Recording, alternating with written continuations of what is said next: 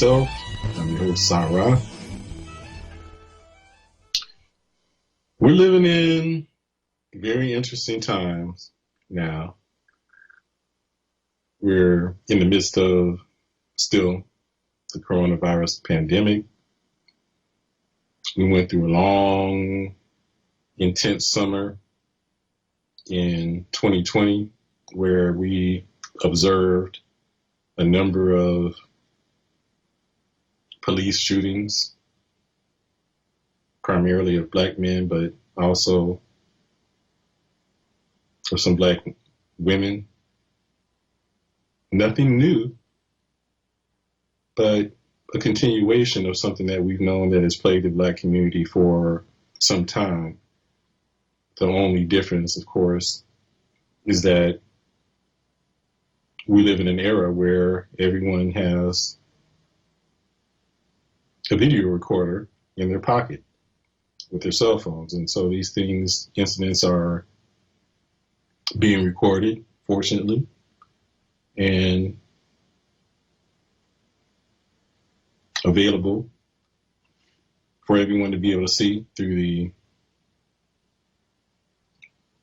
different social media accounts.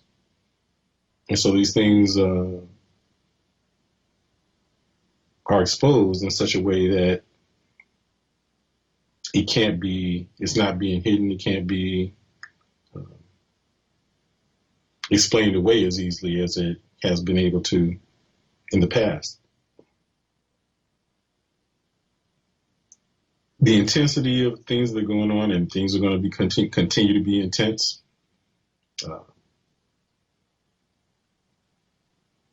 Brings in the importance of us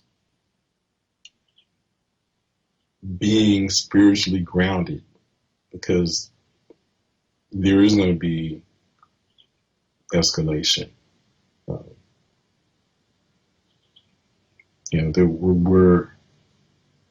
We're facing uncertain economic times. We're facing some uncertainty about how to navigate the pandemic, despite the fact that we were going through the trial of Derek Chauvin, which is going to be the topic of today's discussion.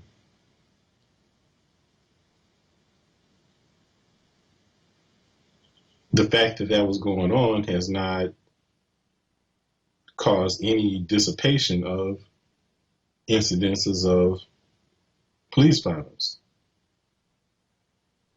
There, even in Minnesota, where the trial was ensuing, we had another shooting of an unarmed black man.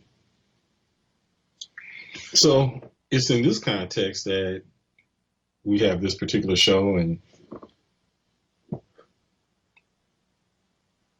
I had posted on Facebook, guilty as charged, and someone responded, I think Brother Jamal responded saying, should we as African Americans or black people or Moors or whatever term is the most palatable for you, should we see this as a victory? So we'll discuss that. And but putting that in the context, and we look at the fact that the things that ended up leading to the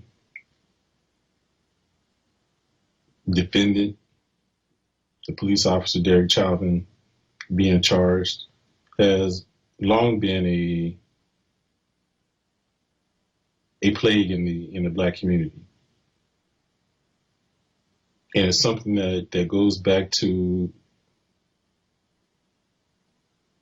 the experiences that black people have had in this country from slavery. And mind you, that slavery does not begin our experience here in the Americas, I'll just say. But that's a topic for another discussion that we will have soon. But since the experience of slavery, we dealt with the police.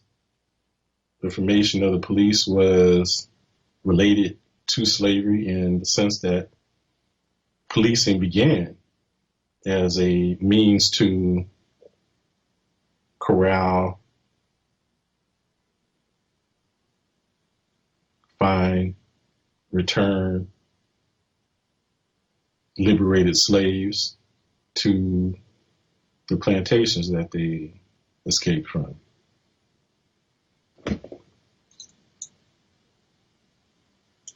And then, enforcing the anti-Black laws that have been put in place to prevent the social ascension of Black people. And during the post-Reconstruction era, we dealt with the advent of the Ku Klux Klan,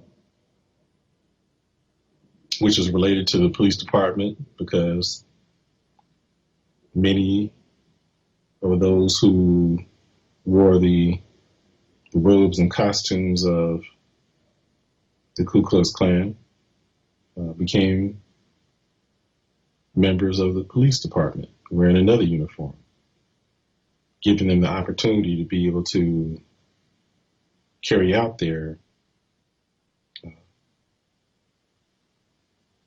racism and prejudice in an institutionalized manner, which has been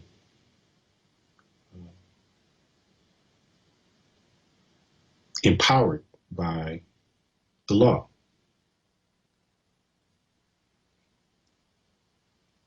We know from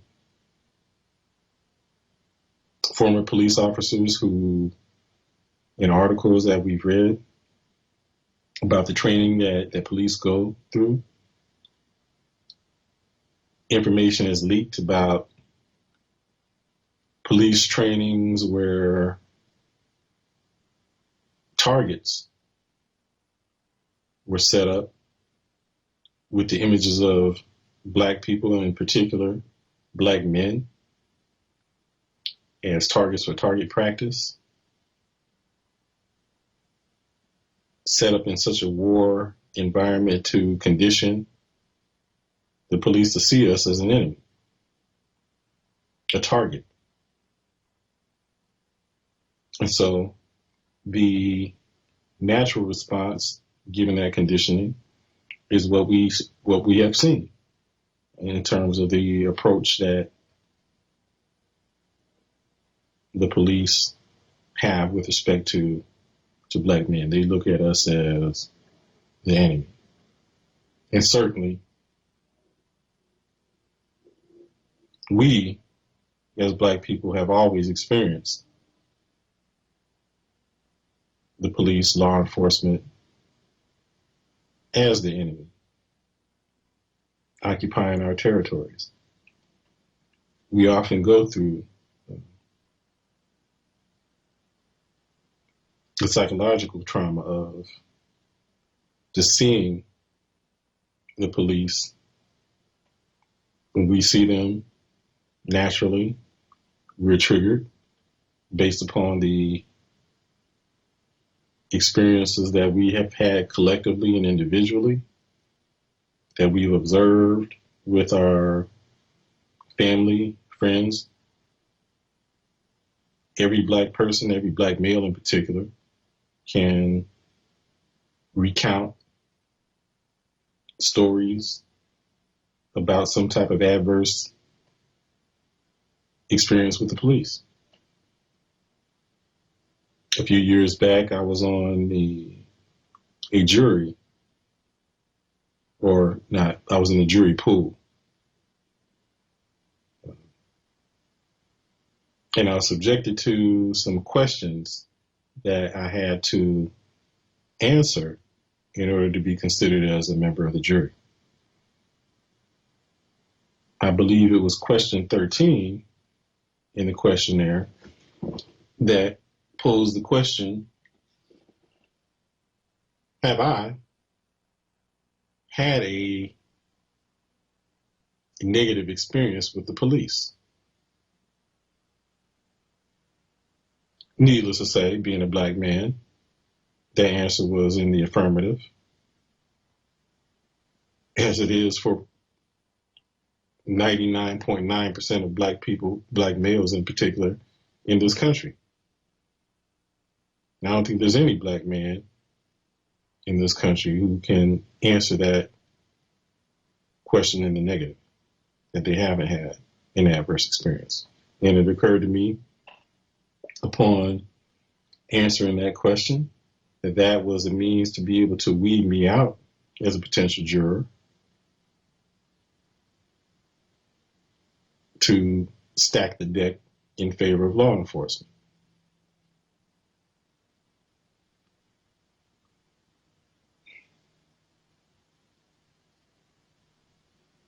So the issue that we have with respect to police violence is many who are not members of the African American community or fit in the category of so-called minorities, but in particular in the black community and black male, we know that this is not something that is a isolated incidents, that is built into the fabric of law enforcement. It's an institutionalized issue. It's ingrained in the fabric of law enforcement at all levels.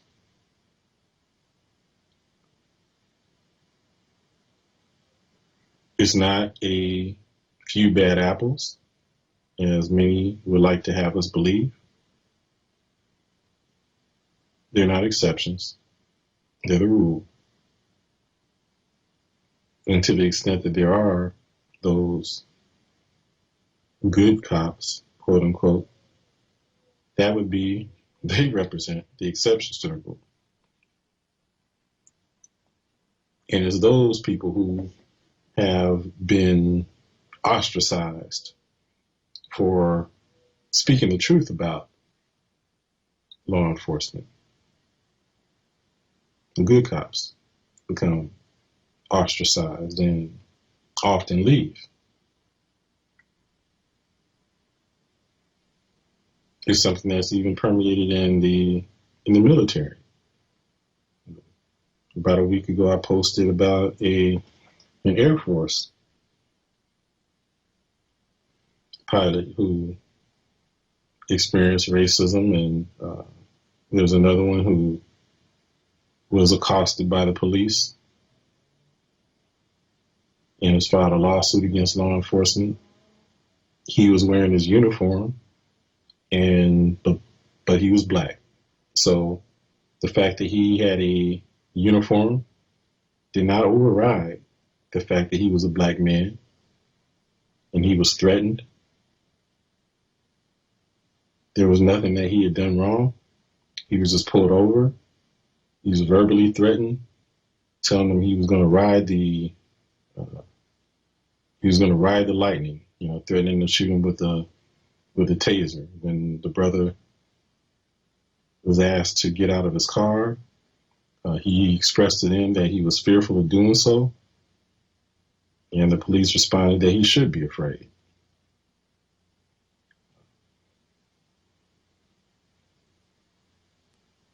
I've had a similar experience myself, where I was pulled over and not showing any signs of fear.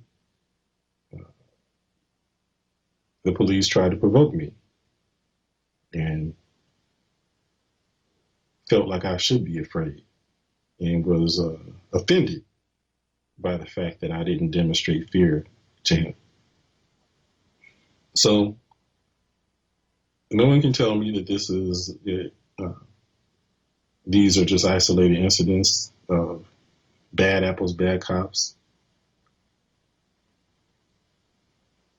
So when we look at this situation, there's a lot of people who, upon hearing the verdict in the murder of our brother, George Floyd,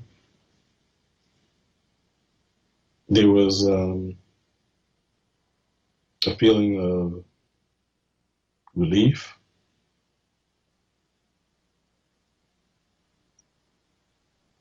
Some people felt compelled to celebrate. But I think that the overriding emotion was just not so much a celebration of the verdict, but relief, because there was a lot of anxiety as to whether, despite the fact that there was incontrovertible evidence that Officer Chauvin, former Officer Chauvin that is, incontrovertible evidence that Officer Chauvin murdered our brother George Floyd, that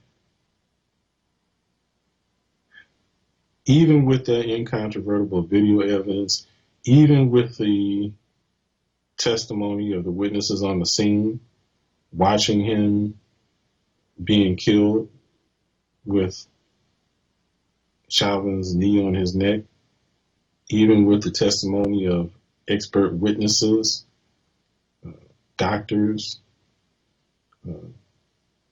a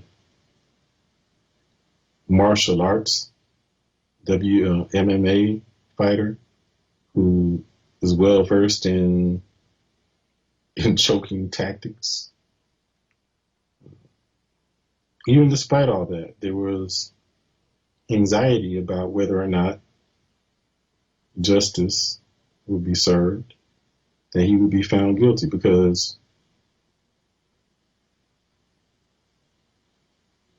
the stacks have always been, or the cards have always been stacked against us. And just like I recounted my experience on the jury,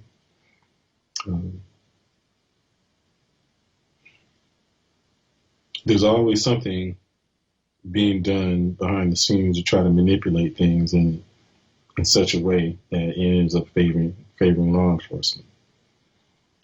I would contend as well that with the young brother who was recently murdered during the Chauvin trial, that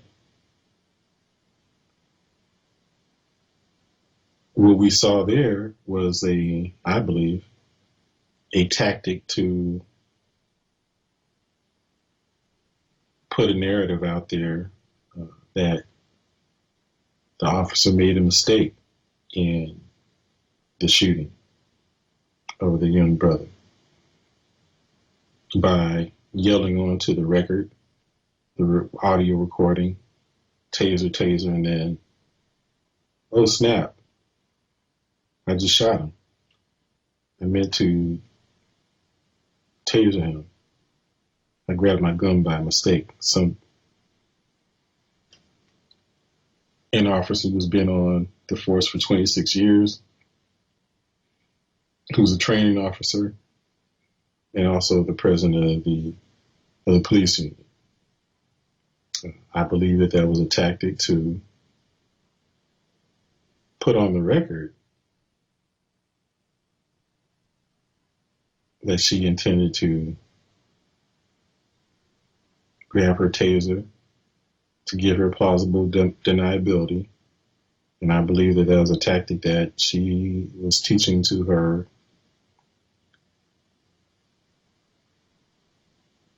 union members as a means to be exonerated from charges. So in this context, the community was in great anxiety over the reading of the verdict today, because even despite all of the overwhelming evidence, there was great concern over whether or not the policeman would be exonerated or deemed to be guilty, as all the evidence showed, which is a sad state, because we know that if the tables were turned and a black police officer had done that to a white person,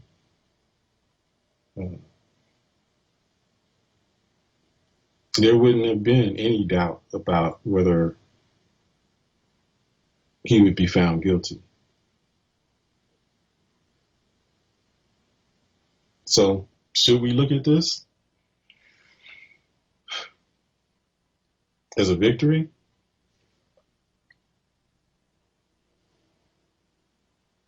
My answer to that question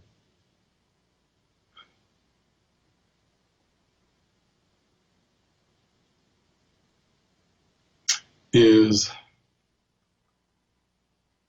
we can look at it in the context of the fact that we're in a long, protracted war. And we have had battles, and we continue to have battles.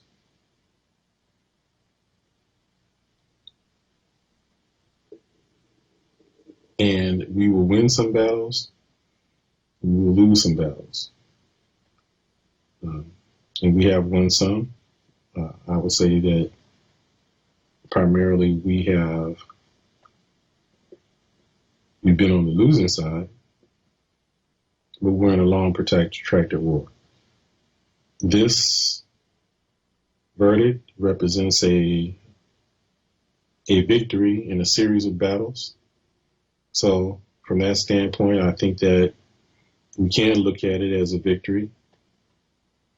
But in the context of the war, it's really a small skirmish. And so we won a small skirmish in the war. And while we can celebrate that victory, the war is not over. And so I don't think it's something that we can find solace in at this point. It could be something that we could look at as maybe some potential light at the end of the tunnel, and give us something to be motivated for. And so I think it's important for us to have hope, and something, and look at it as something to motivate us to continue to fight. And so it's not something where we could, or should relax and rest our laurels, drop our guard, because we will continue to be in the war. We will continue to need to fight. We will continue to need to be mindful and aware.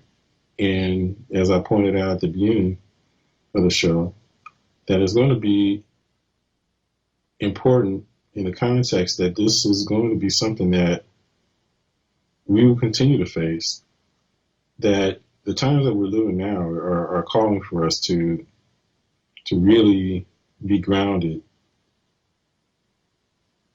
spiritually, so that we don't get caught up in the circumstances to where the dictates of the circumstances will affect our mental well-being. Before we went on air tonight, I had a conversation with a friend of mine who I will have as a guest sometime in the future. When we talked about the mental and psychological effect of what's going on, and how it's we have to have a heightened state of awareness. We have to have a heightened state of awareness of ourselves. And that's why again, the show is titled Journey into Self, because we know that life is a journey. Life is a lesson, and we're on a journey to get back in tune with who we really are, to actualize, to realize, say for self-realization, realization of self, who we are as a being. And all the experiences that we have are designed to bring us into a deeper level of awareness of ourselves, so that we can go beyond the illusion of who we are. But there are challenges and obstacles for us to get there. And so the challenges are even more pronounced for Black people, for people of color, because of the nature of the obstacles that have been placed before us. And so those challenges can easily deter us from being able to stay focused on that journey. And so, as I was talking to the brother before the show, we both related, how it is we have to constantly, be on guard. We have to be constantly in awareness of our emotional state. We have to engage in spiritual practices. We have to engage in meditation to keep ourselves from getting drawn in and caught up in such a way that we become reactionary. And so, and which is what happens too often to us when we get caught up in things. And it's designed that way. So it's important for us to be mindful of that.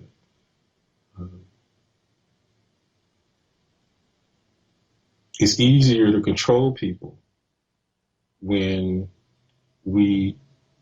people are enveloped in negative emotions. That's why we are constantly bombarded with things that get us into states of anger, that gets us into fear, that gets us into states of despair. That's why it's important for us to be mindful of what we're allowing into our consciousness, allowing into our programming, if you will. It's not by chance that what we see on TV, what we hear on the radio are called programs. We're being programmed.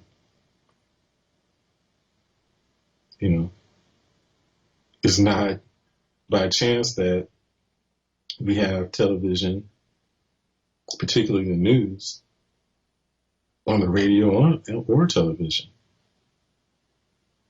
The news comes on when? It comes on in the morning, upon when we awaken,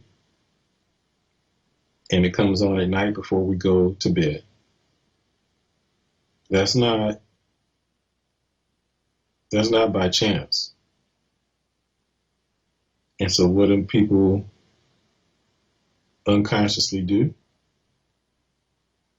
People wake up in the morning and turn on the news, whether it be the radio or the television. They'll turn on the news to drive to work,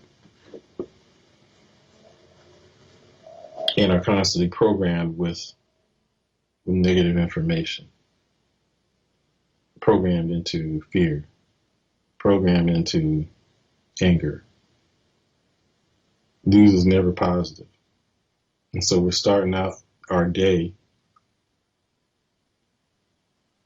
with negative information, which affects our psyche, which programs our subconscious.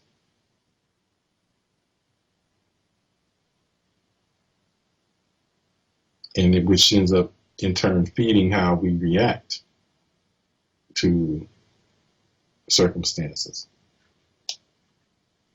Our mood, our emotions ends up affecting what we do, affects what we think, affects our ability to be able to think clearly, and puts us in reaction mode to where we're not consciously aware of why we're making decisions. We're not aware of the choices that we're making.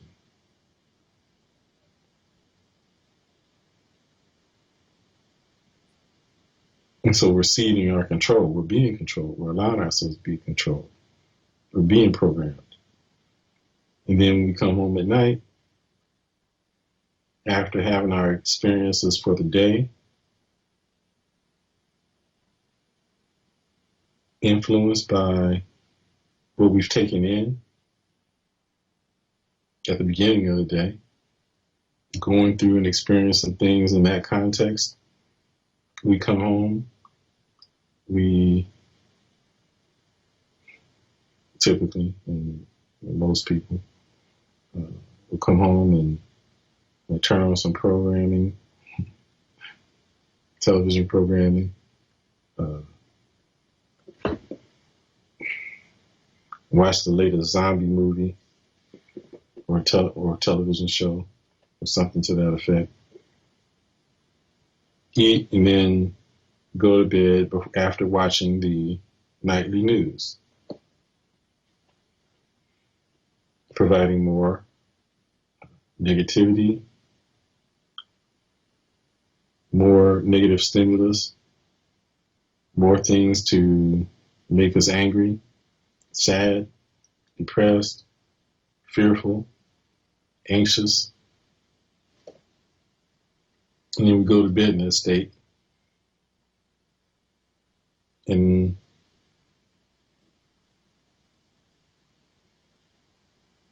many of us then can't sleep and don't know why.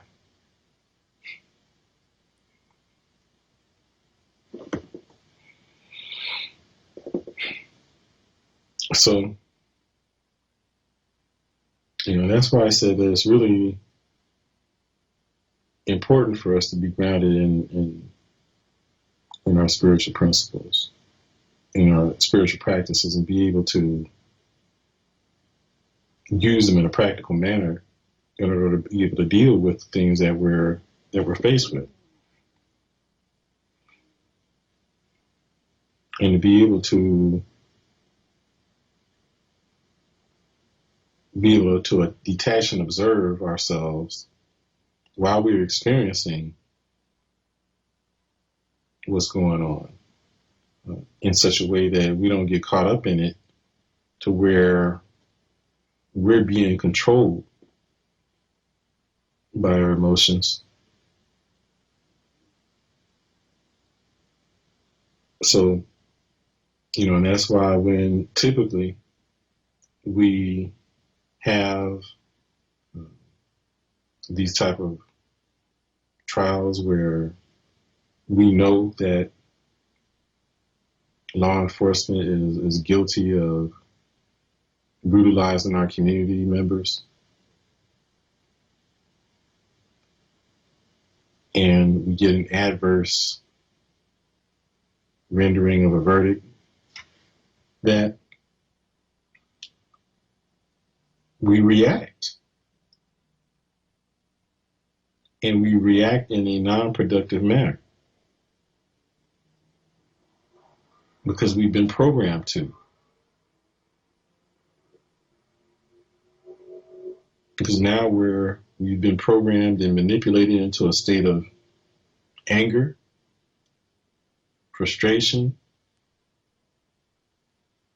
fear, despair, which all puts us in a state to where we can be easily manipulated and controlled, which ends up playing into the objectives of the institutionalized racism that's programmed into the fabric of the country. Because if we didn't react unconsciously based upon those negative emotions, then invariably we're going to suffer adverse consequences of that, which doesn't benefit us. It does further benefit the system because laws have been set up in such a way to have us be the primary population of the prison industrial complex, which is a for-profit industry, bringing us into 21st century slavery.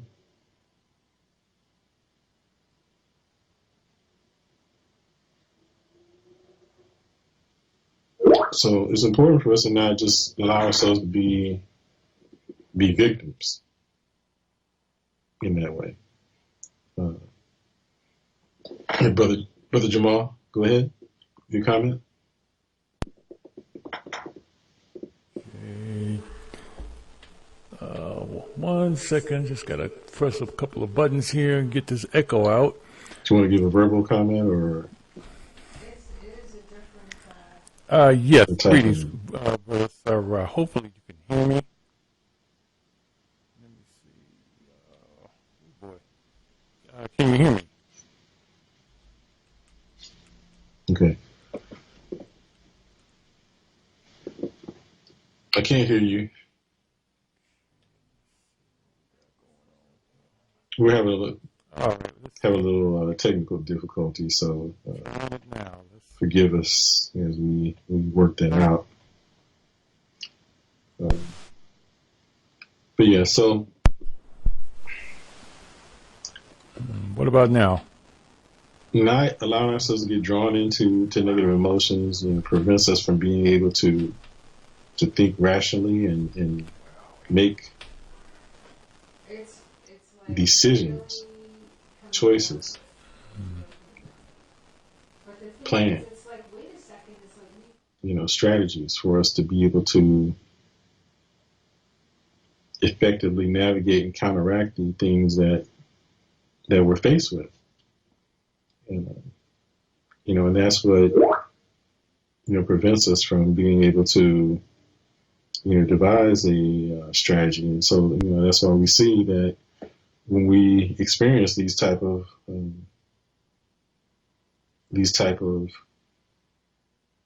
situations and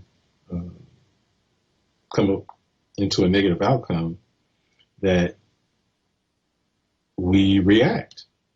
And so traditionally those reactions have not been constructive because they're not thought out and planned. They're just reactions. And so we end up being, destroying the community rather than coming up with a strategy to build it up. So we have uprisings, rebellions. I refuse to refer to them as riots. Uh, and, we're manipulated into those things. And those things don't benefit us. They end up serving the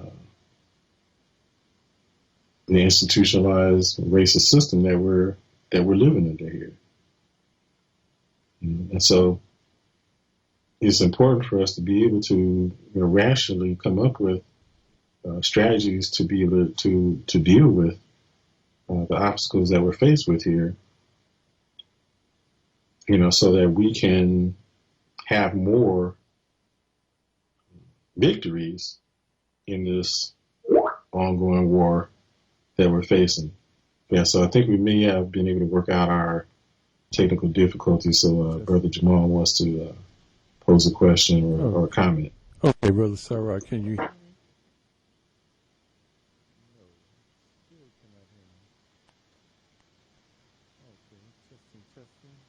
Or not. Let's just go past that. You can't hear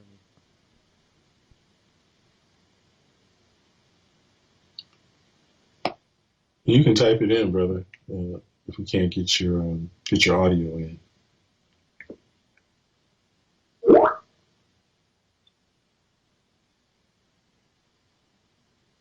Hey, go ahead and type the question, brother.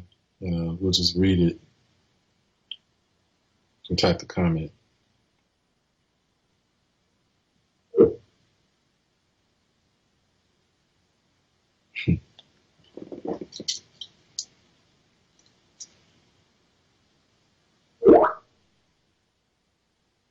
Okay.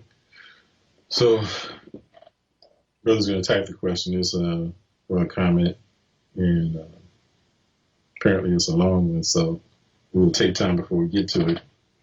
But yeah, so can we look at it as a victory? We can look at it as a victory in a skirmish, but we can't rest on it on our laurels, because there are many more battles to fight. Even there in Minneapolis, there's going to be another. We still have to face the other trials of the other police officers. There's been, even there in Minnesota, we have the young brother who was shot, and we're going to end up facing a trial, another murder trial of a police officer. We also have to face the potential backlash that could occur from, frankly, police supporters, in particular those conservative whites who have been manipulated themselves into fear.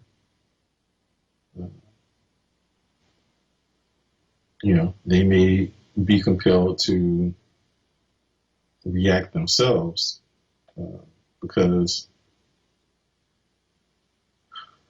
of the way they see the world, because of the fear that has been indoctrinated in them, and that is inherent in the psyche, that causes them to fear the rising and success of people of color in this country. Fear of retaliation, because of the wrongs that have been committed, and the collective guilt that has affected the psyche of white people.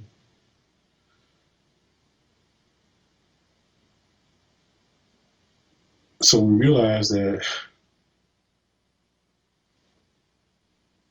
we're being played in such a way to incite uh, conflict. And so we have to be prepared for that. But in our preparation, it's necessary for us to be able to be detached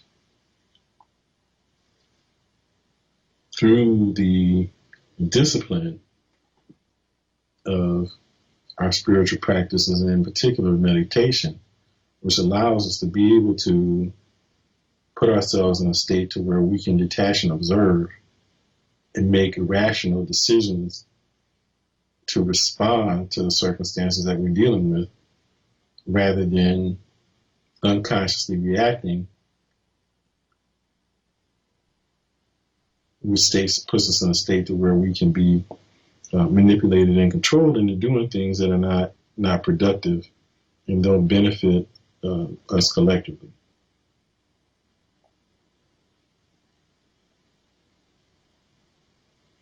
So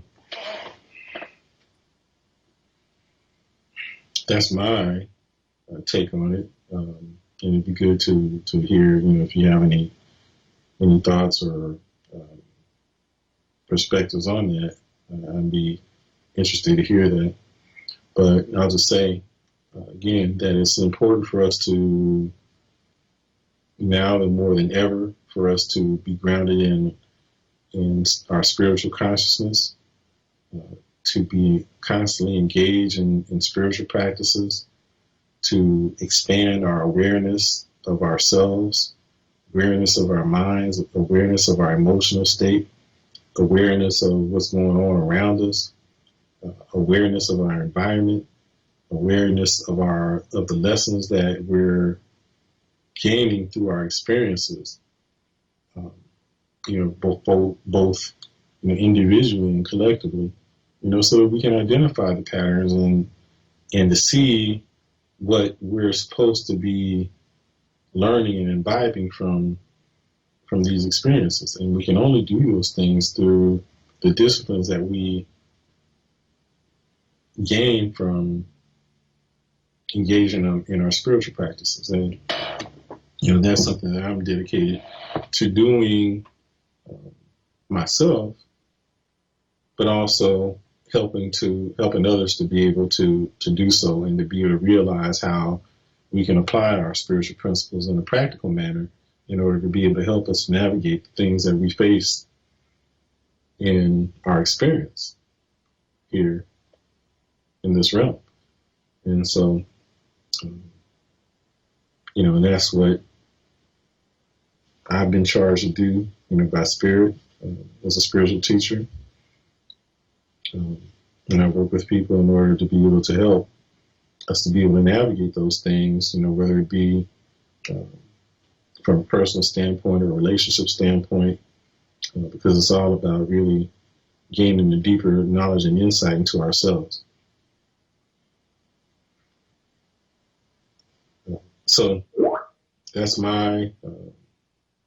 that's what I've been charged to do by the universe, and I encourage you to reach out to me, because I know I can be of great assistance, because that's what I've been charged to do. I can be a great assistance in our spiritual journey in helping us to be able to navigate the things that we individually and collectively face. So do reach out to me on Facebook, or you can reach me by email at sa-ra@sbcglobal.net, or just reach out to me on Facebook. So we have the first question from Brother Jamal, and he says, is it a victory? It's Brother Jamal who posed the question. He says, is it a victory for African Americans? And he says, as I wonder if we as a Black collective really have a vested interest in enacting measures that will cause the social fabric of this country to transcend this collective fear and hatred of everything Black, and embrace the principles for respecting human life. And that's an interesting question. And, as I've had conversations with people over the past few months, what always comes up is, what do we do, as so-called African Americans? Do we stay here in a system that, and in a country that we know hates us and puts forth so many obstacles for us to be able to succeed? Or do we seek to leave this country, to repatriate? We've seen that Stevie Wonder has just made the decision to move from here and move to Ghana.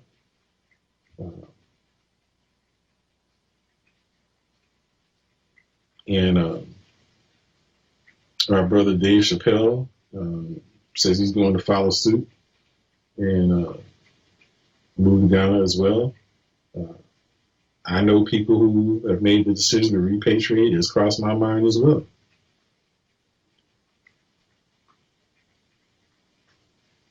But then there's also the thing to consider that white supremacy currently has great influence all over the planet. And where can you go to escape its reach? And so just as it is often the case with so-called elections in this country, it ends up being a lesser of evils. Where can we go where we have the least obstacles, as opposed to trying to find something that is the most ideal situation. So, it's a great question.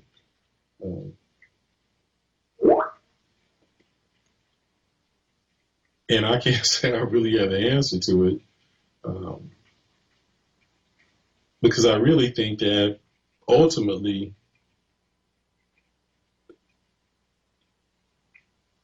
it's about where we are internally, I think, more than it is externally. And the problems that we have collectively as a community, our issues are more internal than external. And our effectiveness or lack thereof in being able to overcome the obstacles that we face have to do more with the state of our internal consciousness than anything that we're facing external, because we have within us the ability and capacity to overcome all obstacles from an individual or collective standpoint. And that's why it's so important that we do the inner work, and that's why it's so important for the opposition to prevent us and to do everything to distract us from doing so. And that's part of what we face, individually and collectively. Particularly the Black community. We're always under siege from every level, from every direction, from mentally, physically, financially, psychologically. And so unless we do focus on the inner work individually and collectively, we're always going to continue to be in the same situation. The next question Brother Jamal has is this our divine assignment as African people? Are we charged to civilize white society? Is that our responsibility? Are they in their culture innately unable to uplift and harmonize with humanity itself? If not, then at best, all we can do is fend them off and try to survive. That is an excellent question. To the first question, is it our design assignment as African people? I would say yes, absolutely it is. Our design assignment to basically civilize the world. And I would go on to suggest that the fact that we are not taking that responsibility, that we're lost, the world is lost. And as long as we're lost consciously and in a state of disarray, so the world will be in a state of disarray. And so it is a part of our divine responsibility to know ourselves, to reconnect with the divinity within ourselves, because it is our responsibility to lead humanity back into a civilized state of consciousness, to a higher level of consciousness.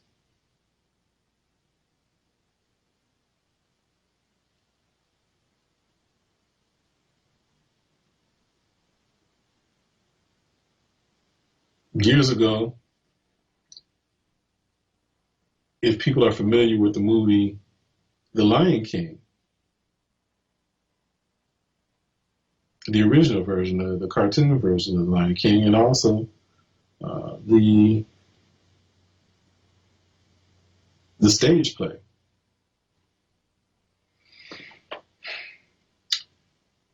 The movie is a metaphor for the responsibility of Black people for bringing the world into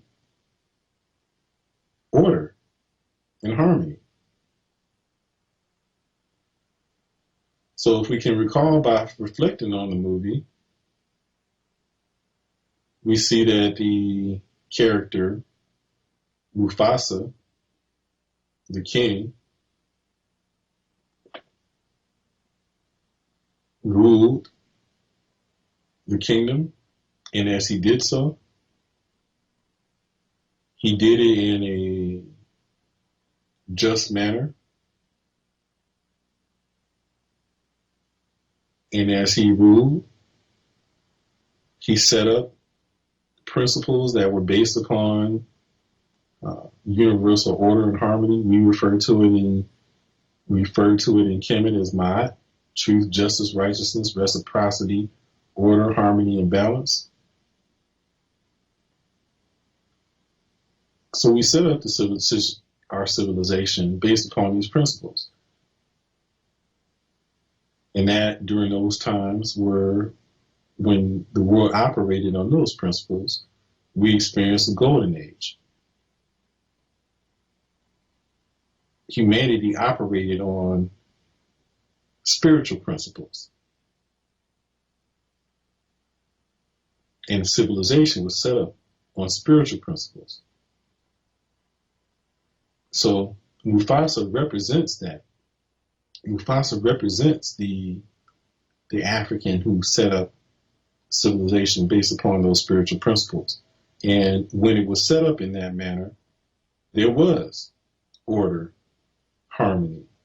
Not only harmony with each other, harmony with the animal kingdom, harmony with nature, the Unters. There was universal harmony because everything was seen as part of the whole, as part of one, which is what we are. That is divinity. The realization that everything is one and operates in symbiance with each other. There's no separation. There's no competition. everything is working for the whole. Mufasa represented that, a leader who operated on those divine principles. Mufasa represents us when we operated on those principles. And when we did, there was order and harmony. Now, if you recall in the movie, Mufasa had a brother who was jealous of him, who envied him, who wanted to take his brother's place on the throne to usurp his power. And he was driven by selfish motivations. He wanted power. He wanted to control resources. He wanted to rule with fear. He wanted to control, again, resources and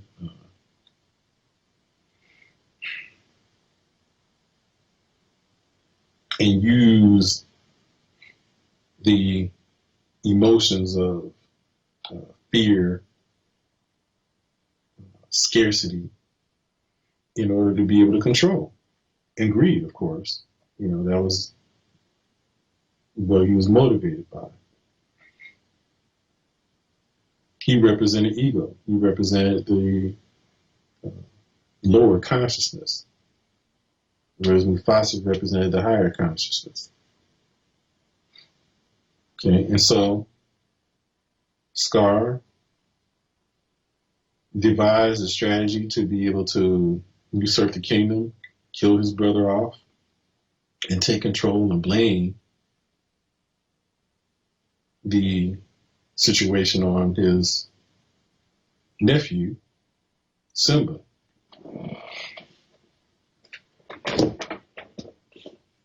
So Scar killed his brother, took control, banished young Simba to the wilderness, and Simba became lost, forgot who he was, forgot his responsibilities to the world, forgot his ways and customs, forgot his history, and began adopting a way of life referred to as Hakuna Matata. Don't worry, just have fun. And who does that sound like? That sounds like many of us in the state that we're right now. We are Simba. And as Scar ruled, we saw dissension, division, disorder, scarcity, starvation, confusion, fear, frustration. Everything that we see abounding in society right now was what was the result of Scar taking control of the kingdom. And as long as Simba was out,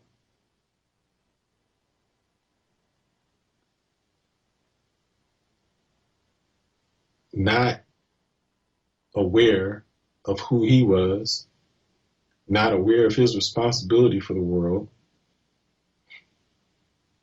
not aware of the fact that it was his responsibility to uphold the principles that his father espoused, the principles of Ma'at, truth, justice, righteousness, reciprocity, order, harmony, and balance. That because he was lost and forgotten who he was, that the world continued to operate in such a manner similar to what we're experiencing today. So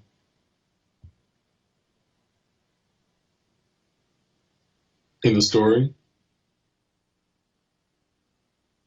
Simba was found by Rafiki, the priest, who reminded him of who he is and what his responsibility is, and convinced him to take the responsibility, to take the mantle, to remember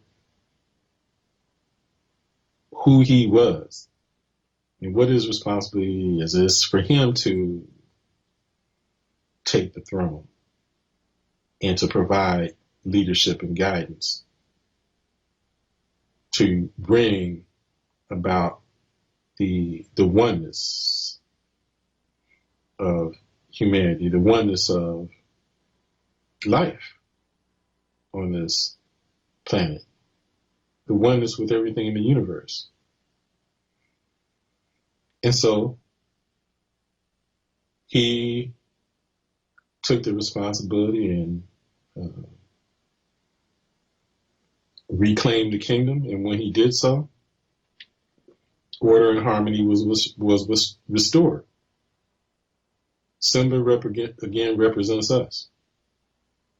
And so that is a tale which outlines what our responsibility is.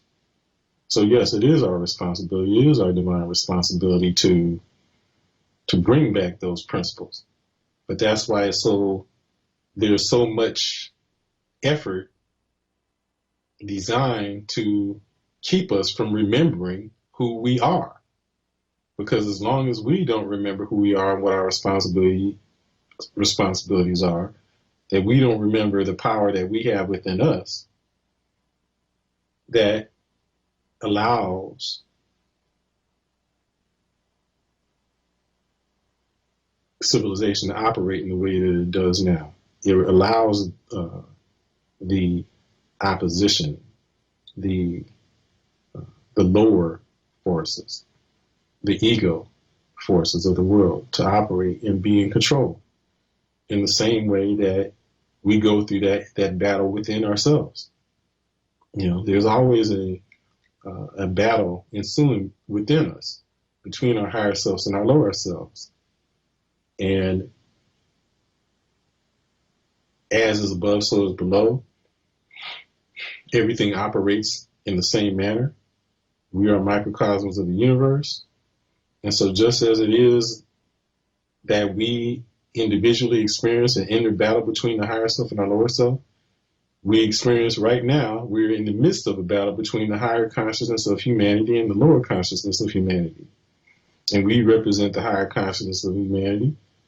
And we attain individually self-realization when we come to the realization of who we are and bring our higher selves into control of who we are being.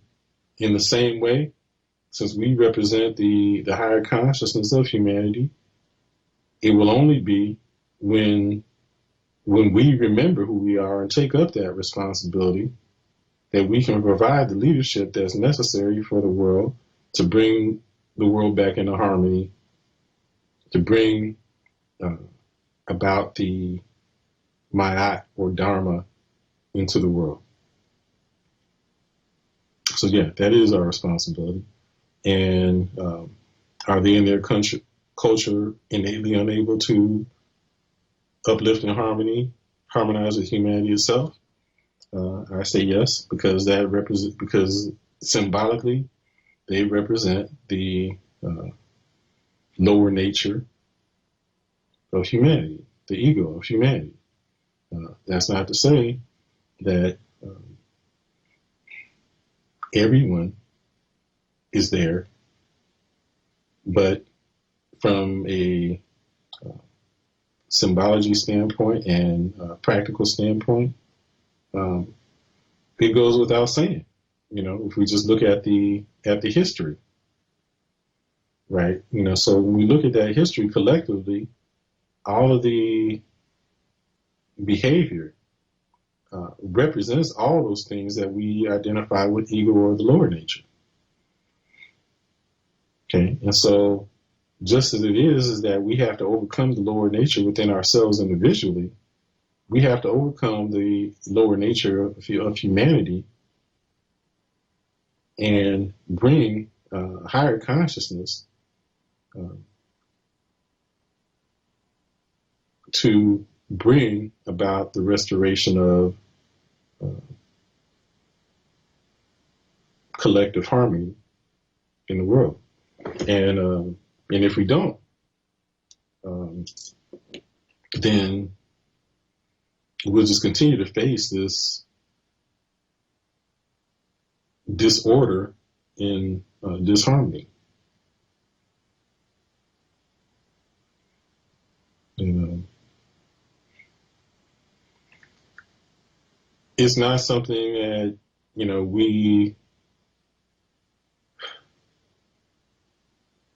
we have to take the responsibility. We can't renounce the responsibility and just try to survive individually, which is what we're doing.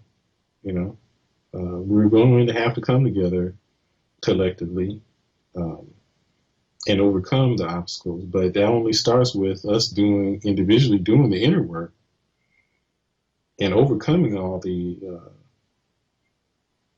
obstacles, the lower nature consciousness, the ego consciousness. We have to transcend the outer and get in tune with the inner so that we can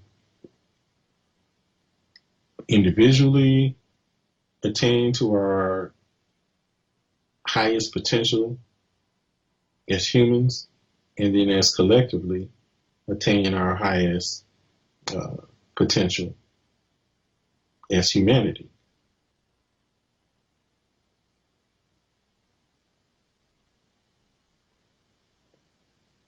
But as long as we are inclined to try to replicate the behavior of the dominant culture, which is ego-based, then we will just be contributing to not only our destruction as people, but the continued destruction and disorder and disharmony of the world. So that's my answer to that question. Does that get all of the points to your question, Brother Jamal?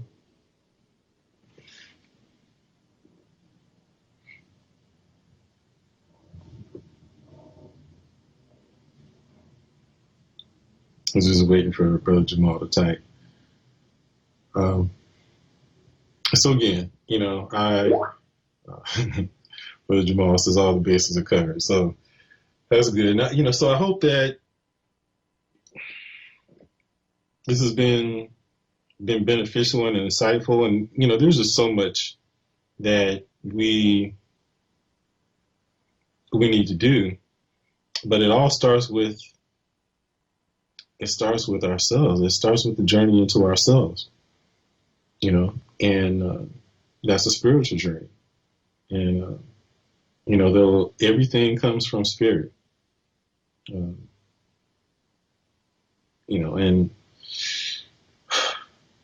it's the inner that creates the outer, and we have to approach it that way. If we're going to get to where we need to be, the inner world creates the outer. That's the law of the universe, and so we have to first go within, in the journey in the self. So again, if you, well, I know I can be of great benefit to those on the spiritual path or just embarked on the spiritual path and need help in putting these practices into play in life from a practical standpoint. Often I've talked to people who even have a lot of spiritual knowledge or have gained a bit of spiritual knowledge, information over the years. But, often, though many of us have a lot of information, we have not become proficient at applying it to where it is practical. And so we, end up just reverting to our old behaviors. And when we're facing a challenge or obstacle, we don't draw on the knowledge and information that we've gained over the years. We just end up reverting to our old patterns of reactions, and so that's my objective, my work, my responsibility. What I've been given to do is to help people to be able to apply those spiritual principles in life. So that's an assignment that I've been given. So please do reach out to me, because that's what I'm supposed to do. So you can reach out to me again. You can go to my website, www.sa-ra.org, or reach out to me on Facebook or Twitter, or you go to my YouTube page, which is I'm in my Ra. You send me a message through Facebook or reach out to me by email at sa-ra@sbcglobal.net. I'm here to serve, and so please do reach out. And also, I would encourage you to get a copy of my books, Book of Light, and the Book of Light, Luminous Wisdom, which you can find on Amazon under Sa-Ra, 2 words, S-A-R-A, no dash. Okay, so with that, thank you for listening. I hope this has been beneficial, and I look forward to hearing from you. And we'll see you in 2 weeks here on Journey with Yourself. What's up?